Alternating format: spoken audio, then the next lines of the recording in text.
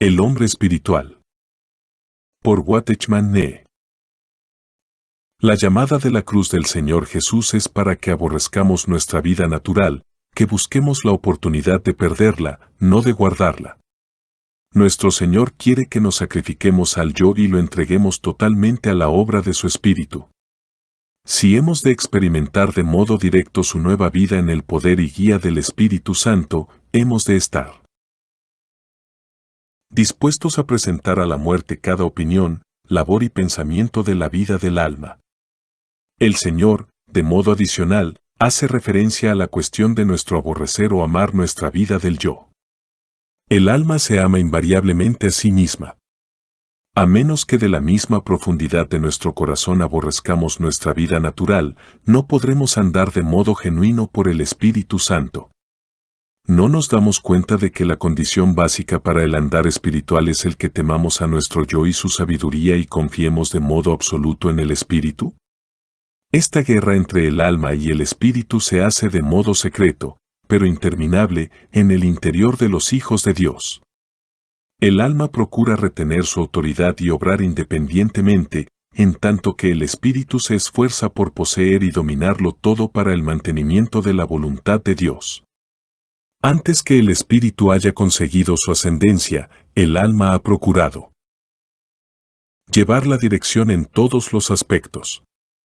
Si un creyente permite al yo que sea el amo en tanto que espera que el Espíritu Santo le ayude o le bendiga en su obra, indudablemente va a fallar en producir fruto espiritual. Los cristianos no pueden esperar andar y obrar agrandando a Dios si no han aplastado su vida del alma mediante una persistente negación de su autoridad y la han puesto incondicionalmente en el polvo. A menos que todo poder, impaciencia y actividad de la vida natural sea uno tras otro y con toda intención entregado a la cruz y se mantenga una vigilia incesante, esta vida va a aprovechar toda oportunidad para revivir.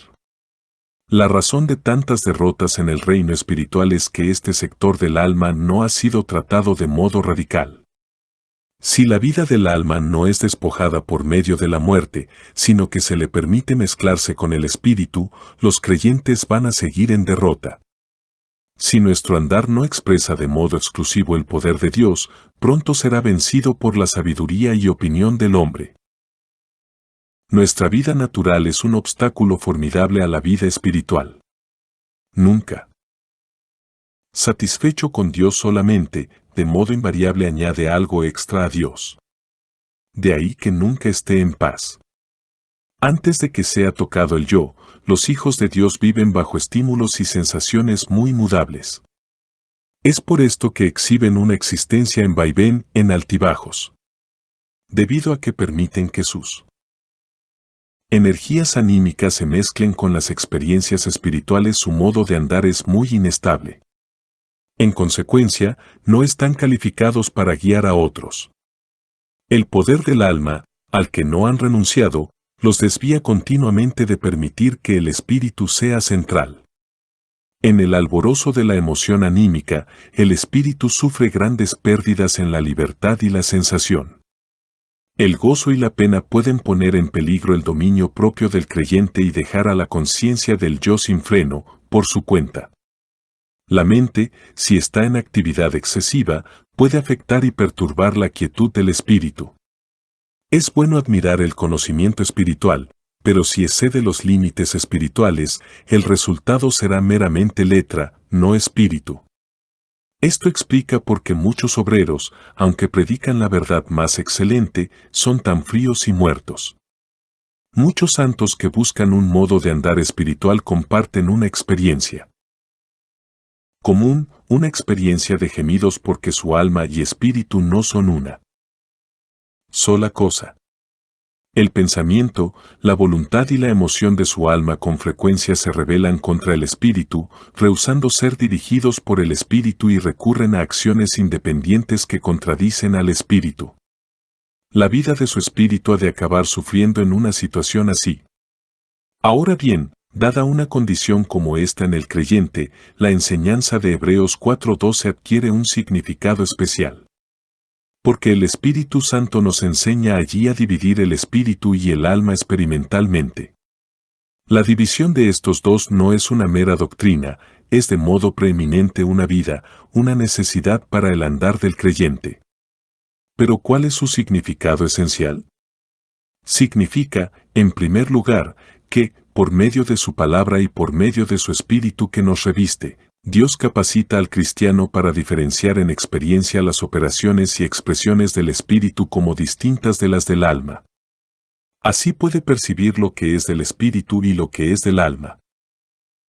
La división de estos dos elementos denota adicionalmente que a través de la cooperación voluntaria del Hijo de Dios podemos seguir un camino espiritual puro no impedido por el alma.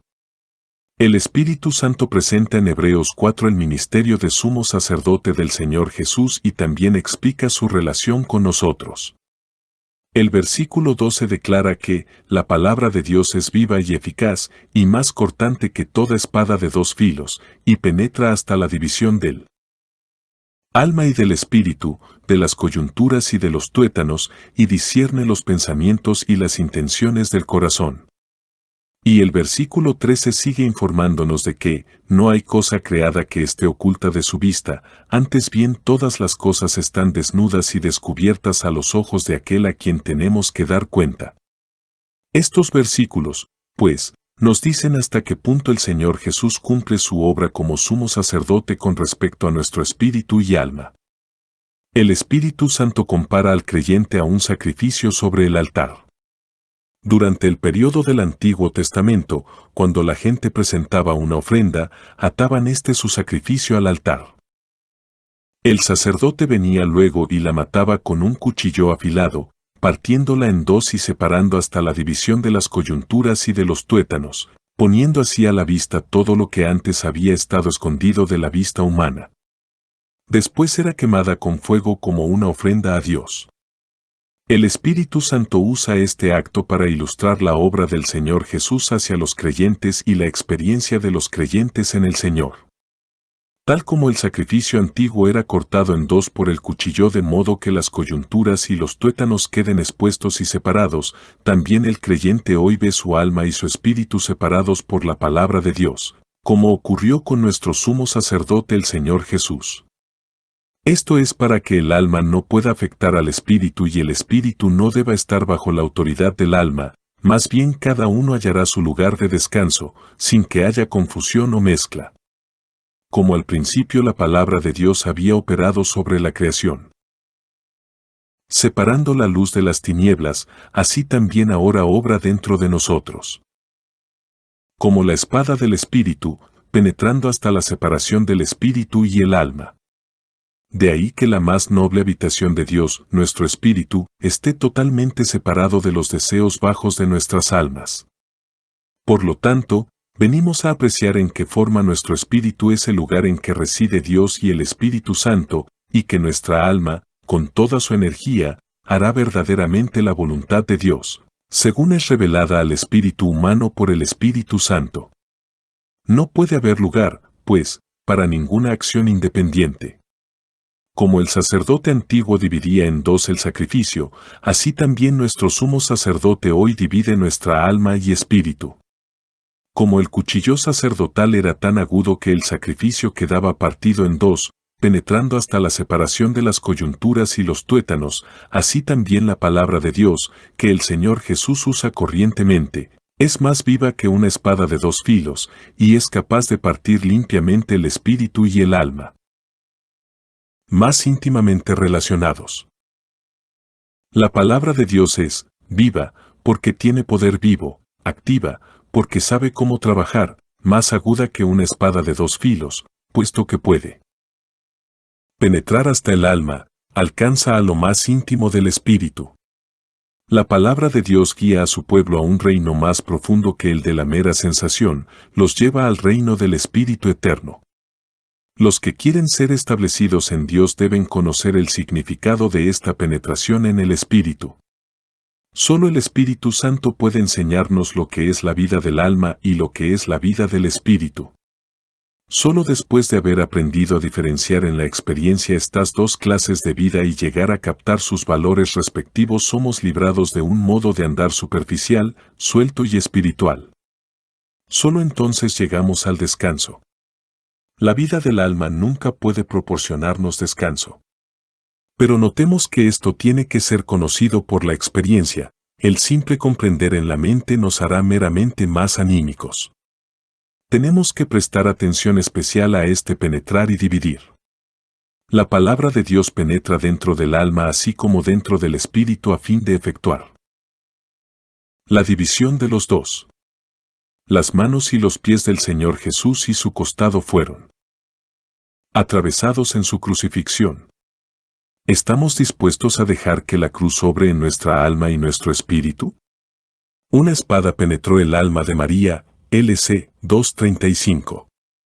Aunque su Hijo fue dado por Dios, se requería que ella se desprendiera de él y renunciara a toda su autoridad y exigencia sobre él. Y aun cuando su alma anhelaba adherirse tenazmente a él, María tuvo que negar su afecto natural. Separar el alma y el espíritu no solo significa separación, sino también el abrir bien la misma alma. Como el espíritu está envuelto por el alma, no puede ser alcanzado por la palabra de vida, excepto a través de una envoltura rajada. La palabra de la cruz se hunde y se abre paso a través del alma, de modo que la vida de Dios puede alcanzar al espíritu dentro y liberarlo de la servidumbre de su cáscara anímica. Habiendo recibido la marca de la cruz, el alma ahora puede asumir su posición propia de sujeción al espíritu. Pero si el alma falla en pasar a ser la avenida al espíritu, entonces el primero, sin duda, pasará a ser su cadena. Estos dos nunca están de acuerdo en nada. Antes que el espíritu consiga su lugar correcto de preeminencia es desafiado de modo persistente por el alma. En tanto que el espíritu se esfuerza por ganar sabiduría y dominio, el fuerte poder del alma ejerce su fuerza máxima para suprimir al espíritu. Solo después de que la cruz ha hecho su obra sobre la vida anímica es liberado el espíritu. Si seguimos ignorando el daño que esta discordia entre el espíritu y el alma puede causar, o seguimos mal dispuestos para abandonar el placer de un modo de andar por los sentidos, raramente haremos algún progreso espiritual. En tanto que el sitio puesto por el alma al espíritu no es levantado, el espíritu no puede ser liberado.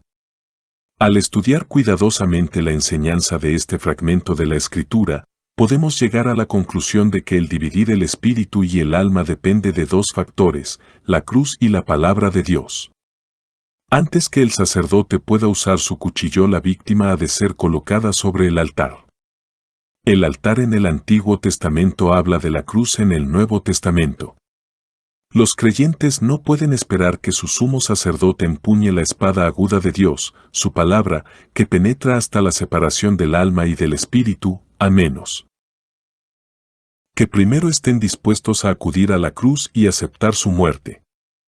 El estar echado sobre el altar precede siempre la penetración de la espada. De ahí que todo el que desee experimentar la partición del alma y el espíritu debe contestar la llamada del Señor al Calvario y presentarse sin reservas ante el altar, confiando que el sumo sacerdote opere con su espada aguda para dividir su espíritu de su alma.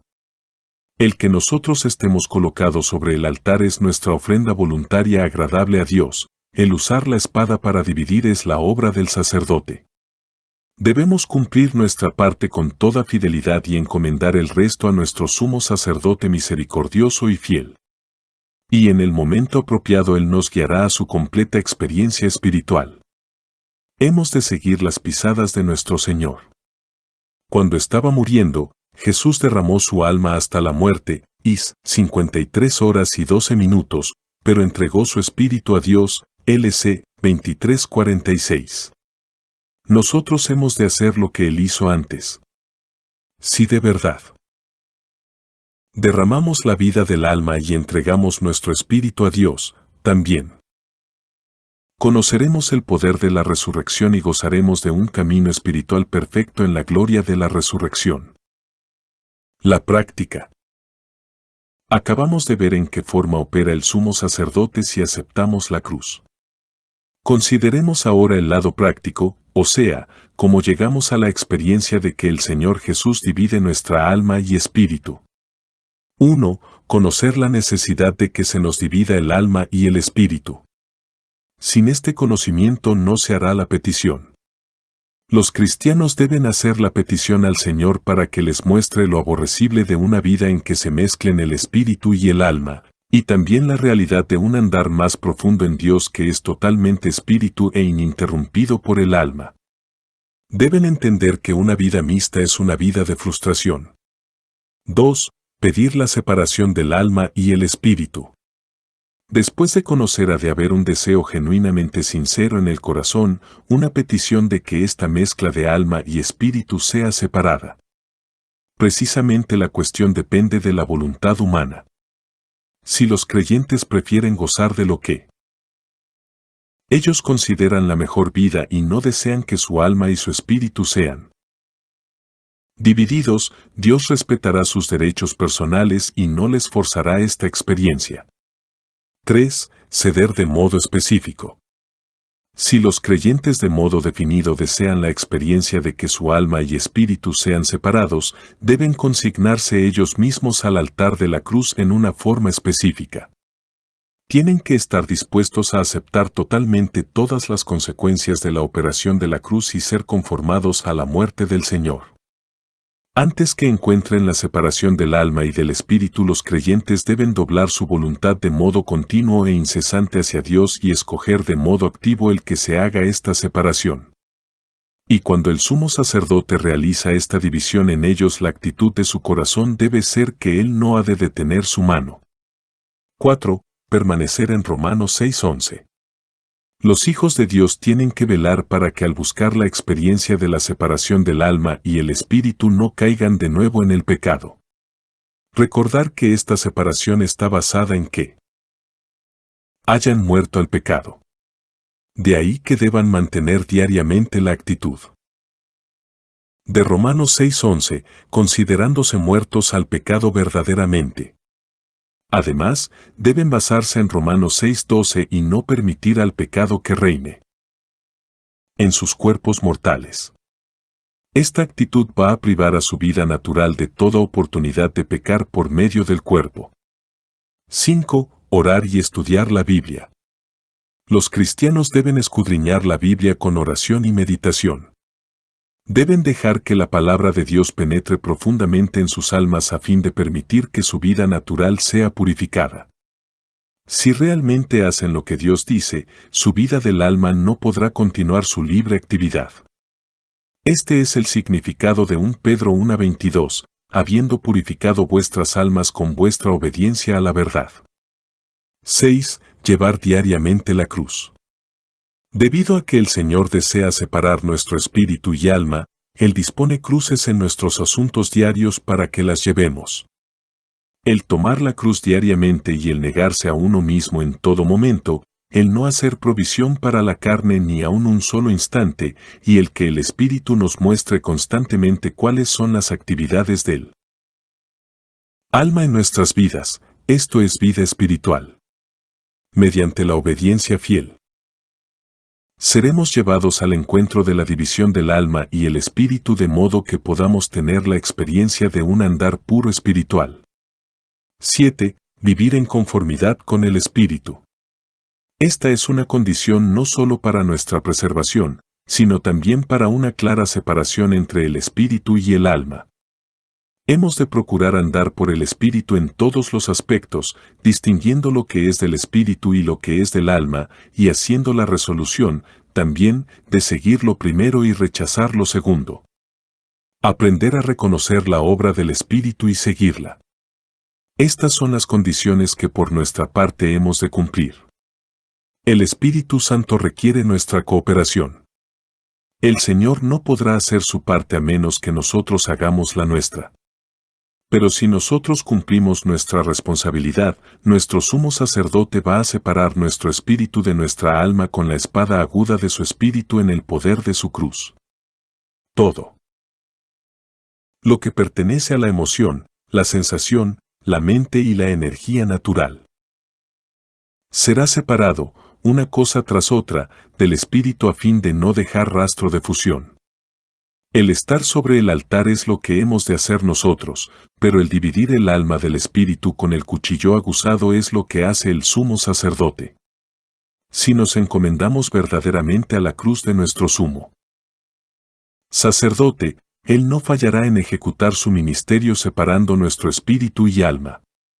No tenemos por qué preocuparnos de su parte. Al ver que nosotros hemos cumplido los requisitos para poder obrar, Él va a separar más tarde nuestro espíritu y nuestra alma en el momento apropiado. Los que se han dado cuenta del peligro de una mezcla de estos dos órganos no pueden por menos que buscar liberación. Aunque la ruta a la liberación está abierta, sin embargo no deja de presentar sus dificultades. Los creyentes han de perseverar en la oración para que puedan ver su propio estado lamentable y entender el revestimiento, obra y exigencias del Espíritu Santo. Deben conocer el misterio y realidad del Espíritu Santo que mora en ellos. Que honren su santa presencia y que no le contristen, que sepan que, aparte del pecado, lo que le contrista más, así como lo que les perjudica más profundamente a ellos es el andar y obrar en conformidad con su propia vida. El pecado primero y original del hombre fue buscar lo que era bueno, sabio e intelectual según su propia idea. Los hijos de Dios hoy hacen con frecuencia la misma equivocación. Deberían comprender que como han creído en el Señor y tienen el Espíritu Santo que les reviste, sería necesario dar al Espíritu autoridad completa sobre sus almas. Pensamos que, como hemos orado y pedido al Espíritu Santo que revele su mentalidad y obre en nosotros, todo será hecho en conformidad a nuestros deseos. Esta suposición no es correcta, porque a menos que entreguemos a la muerte de modo específico y cada día nuestra vida natural, junto con su poder, sabiduría, yo y sensación, y a menos que igualmente deseemos sinceramente en nuestra mente y voluntad obedecer y confiar en el Espíritu Santo, no veremos que Él realice de veras la obra. El pueblo del Señor debería entender que es la palabra de Dios la que parte el alma y el espíritu. El Señor Jesús es el mismo el verbo o palabra de Dios. De modo que Él mismo efectúa la división. ¿Estamos dispuestos a permitir que su vida y obra consumada separen nuestra alma y espíritu? ¿Estamos dispuestos a que su vida llene de tal modo nuestro espíritu que la vida del alma quede inmovilizada? La Biblia es la palabra escrita de Dios. El Señor Jesús usa la enseñanza de la Biblia para separar nuestra alma del espíritu. ¿Estamos dispuestos a seguir esta verdad? ¿Estamos dispuestos a hacer lo que enseñan las Escrituras sin introducir nuestra opinión? ¿Consideramos la autoridad de la Biblia suficiente sin buscar ayuda humana en nuestra obediencia? Hemos de obedecer al Señor y todo lo que Él nos enseña en su palabra si queremos entrar en un camino verdaderamente espiritual. Esta es la espada que opera en la separación de nuestra alma y espíritu. El alma bajo el control del espíritu. En los comienzos de este volumen hicimos una comparación de todo nuestro ser, espíritu, alma y cuerpo, con el antiguo templo judío, la habitación de Dios. Dios moraba en el lugar santísimo. Un velo separaba el lugar santísimo del lugar santo. Este velo parecía encerrar la gloria y presencia de Dios dentro del lugar santísimo, excluyéndola del lugar santo. Los hombres de aquellos tiempos, pues, solo podían conocer las cosas situadas fuera del velo en el lugar santo. Aparte de la fe, en su vida externa, no podían captar la presencia de Dios. Este velo, sin embargo, solo existía temporalmente. En el momento designado, cuando la carne de nuestro Señor Jesús, que es la realidad del velo, 10:20, fue crucificada en la cruz, el velo fue rasgado de arriba a abajo. Lo que separaba el lugar santísimo del lugar santo fue eliminado. El intento de Dios no era de residir permanentemente solo en el lugar santísimo. Muy al contrario. Deseaba extender su presencia al lugar santo también. Estaba meramente esperando que la cruz completara su obra, porque fue solo la cruz la que rasgó el velo y permitió que la gloria de Dios brillara fuera del lugar santísimo. Hoy Dios quiere que los suyos gocen una experiencia como la del templo en su espíritu y alma, siempre y cuando se permita a la cruz que perfeccione su obra en ellos. Cuando los creyentes obedecen de buena gana al Santo Espíritu, la comunión entre lo santo y lo santísimo se va profundizando día tras día, hasta que experimentan un gran cambio. Es la cruz la que efectúa el desgarro del velo, esto es, la cruz funciona de tal forma en la vida del creyente que éste tiene una experiencia como la del velo rasgado entre su espíritu y su alma. Su vida natural renuncia a su independencia y espera la vida del espíritu para recibir dirección y aprovisionamiento. El velo fue rasgado en dos, de arriba a abajo, Mr 1538. Esto ha de ser obra de Dios, no del hombre. Cuando la obra de la cruz ha terminado, Dios rasga el velo. Esto no puede ser realizado ni por medio de nuestra labor, ni por nuestra fuerza, ni por nuestros ruegos. El momento en que la cruz ha cumplido su tarea es el momento en que se rasga el velo. Por tanto, renovemos nuestra consagración y ofrezcámonos nosotros mismos a Dios sin reservas. Estemos dispuestos a que nuestra vida del alma sea entregada a morir a fin de que el Señor que mora en el lugar santísimo pueda terminar su obra.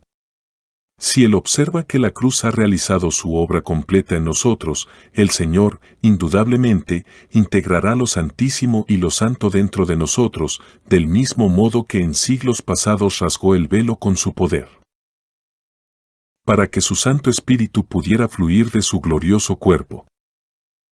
Así la gloria, al abrigo del Altísimo, abrumará nuestra vida cotidiana de los sentidos. Todo nuestro andar y nuestro quehacer en el lugar santo serán santificados en la gloria del Santísimo. Como nuestro espíritu, así también nuestra alma será revestida y regulada por el Espíritu Santo de Dios. Nuestra mente, emoción y voluntad serán llenas de Él. Lo que hemos mantenido por la fe en el Espíritu, ahora lo conocemos y experimentamos también en el alma, sin faltar nada y sin haber perdido nada. ¡Qué vida bienaventurada es esta! Y la gloria de Jehová llenó la casa.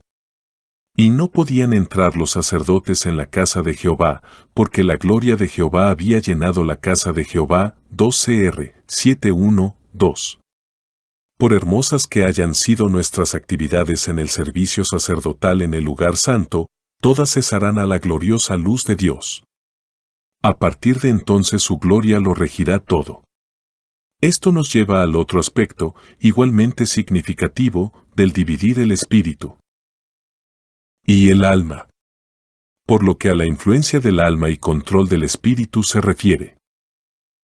La obra de la cruz es el efectuar la división de los dos, pero por lo que se refiere al lleno del espíritu y su régimen, la cruz obra hacia la entrega de la independencia del alma, de modo que pueda haber una reconciliación completa con el espíritu. Los creyentes deberían buscar la experiencia de la unidad del espíritu y el alma. Si permitiéramos a la cruz y al Espíritu Santo que operaran completamente en nosotros, descubriríamos que aquello a lo que el alma ha renunciado es apenas una fracción de lo que gana en último lugar. Lo muerto ha dado ahora su fruto, lo perdido es ahora guardado para vida eterna. Cuando nuestra alma es puesta bajo las riendas del Espíritu sufre un cambio inmenso. Antes parecía ser inútil y perdida para Dios, porque se empleaba para el yo y con frecuencia se envía independientemente. Después Dios gana nuestra alma, aunque al hombre puede haberle parecido que era aplastada. Pasamos a ser como los que tienen fe y guardan sus almas. 10:39. Esto es mucho más profundo que lo que comúnmente conocemos con el término salvado, porque señala sobre todo a la vida. Puesto que ya hemos aprendido a no andar por la sensación y la vista, ahora podemos guardar nuestra vida por la fe para servir y glorificar a Dios. Recibid con mansedumbre la palabra implantada, la cual puede salvar vuestras almas. STG 1:21. Cuando la palabra de Dios es implantada recibimos su nueva naturaleza en nosotros y de este modo somos capacitados para llevar fruto. Conseguimos la vida del Verbo por la palabra de vida. Aunque los órganos del alma permanecen todavía, estos órganos ya no funcionan por medio de su poder, más bien operan por el poder de la palabra de Dios. Esta es la salvación de vuestras almas, un p. 1.9. Los nervios humanos son muy sensibles y son activados fácilmente por medio de estímulos exteriores. Las palabras, las formas, los ambientes y los sentimientos nos afectan en gran manera. Asamblea en Santo Domingo Este. Escrito por el hermano Watchman Nee en el año 1951. Para más información comuníquese con este número de WhatsApp. 1-829-747-1995.